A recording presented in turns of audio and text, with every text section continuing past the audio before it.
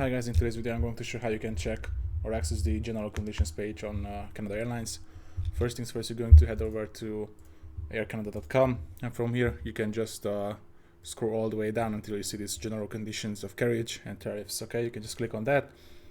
Here you should be able to see some information about the terms and conditions of the carriage. You can just go ahead and read all through this if you're unfamiliar with traveling with Air Canada. And yeah, you can just get to know more about the compensation, about rebooking if you have to, and about the standards of treatment. Okay, so basically that's for today's video, guys, and see you in the next one.